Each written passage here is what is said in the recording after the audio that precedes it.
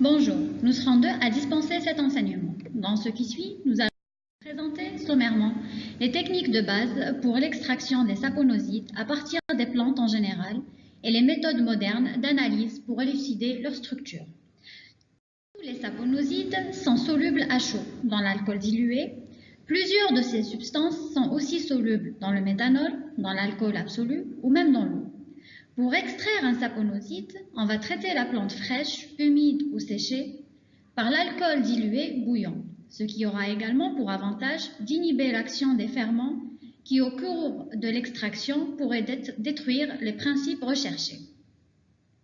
Pour les techniques employées pour l'extraction des saponosites, on peut les classer en deux catégories: la technique d'extraction classique et les technologies vertes. Pour les techniques d'extraction classique, on a la macération au SOx-clé et l'extraction de reflux. Ensuite, pour les technologies vertes, on peut avoir les ultrasons assistés, les micro-ondes assistées et l'extraction par solvant. Comment procéder à l'extraction? Donc, nous savons que les molécules de saponine sont extrêmement complexes. Elles sont composées schématiquement d'un noyau lipophile, à savoir aglycone et sapogénine, et d'une chaîne de plusieurs sucres hydrophiles qui est le glycone, variable selon le type de saponine. Les saponines triterpéniques sont acides et les stéroïdes sont neutres. Les saponosides ou saponines ont un caractère détergent et donnent naissance à des mousses généralement stables. Elles sont très fréquentes dans les végétaux supérieurs, surtout dans les tissus riches en substances nutritives, telles que les tubercules, les feuilles, les fleurs et même les graines.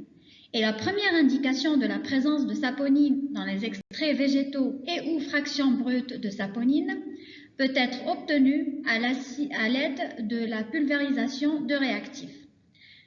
Pour le screening de ces saponines de type stéréodique, ils vont donner des taches jaunes sur une plaque de chromatographie sur couche mince avec l'anilsaldéhyde, des taches vertes avec le réactif de Komarovsky, qui lui-même fait apparaître en violet les taches liées à la saponine de type triterpénique.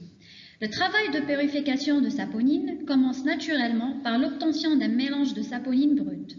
Chaque protocole d'extraction des saponines est à adopter en fonction de la plante à étudier et de sa composition en saponine, que ce soit stéroïde ou triterpène.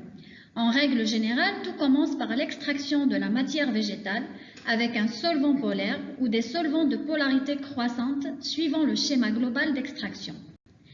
Après l'extraction, on va procéder à ce qu'on appelle la purification.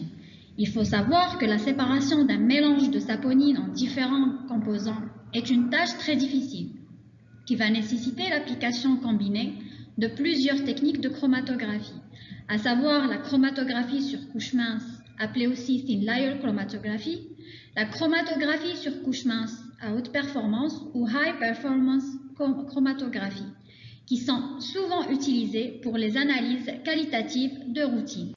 La purification est ensuite réalisée et elle peut impliquer la chromatographie liquide à pression atmosphérique sur une colonne de gel de silice, la chromatographie flash, la chromatographie liquide à moyenne pression ou la chromatographie liquide à haute pression, qui est devenue la technique la plus puissante et la plus couramment employée.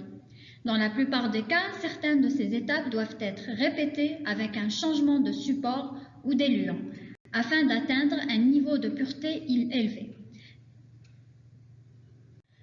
Alors Inès, que doit-on faire après la purification? Effectivement, Asma.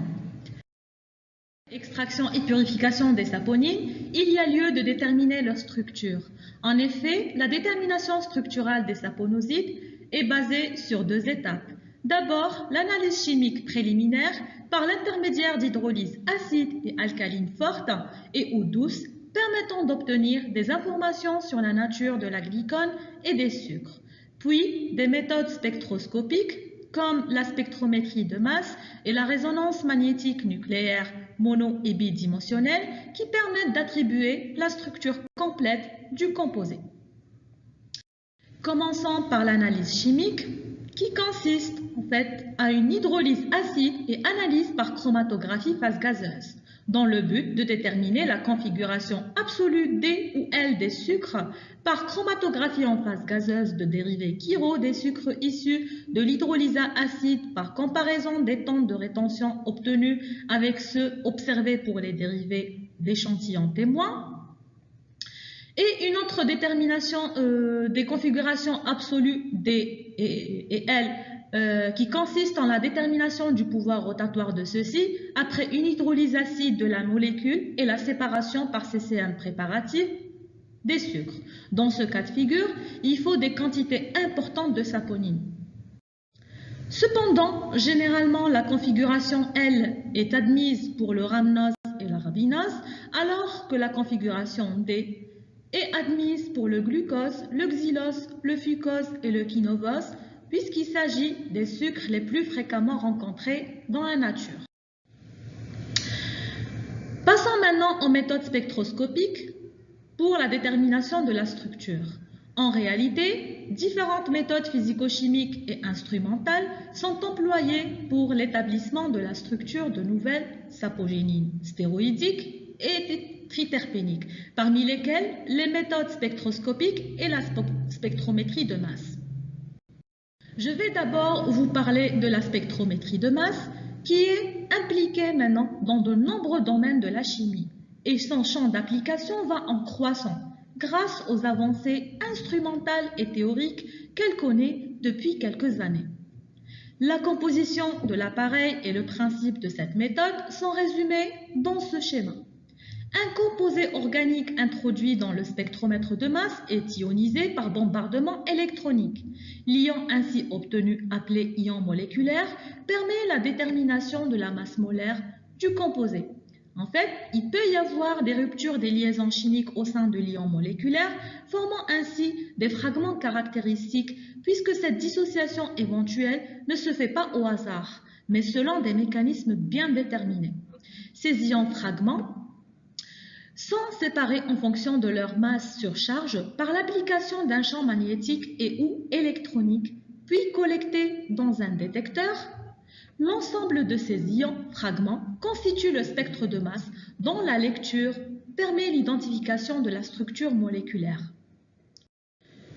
Concernant la résonance magnétique nucléaire ou la RMN, là, il s'agit plutôt d'une méthode spectroscopique d'analyse de la matière.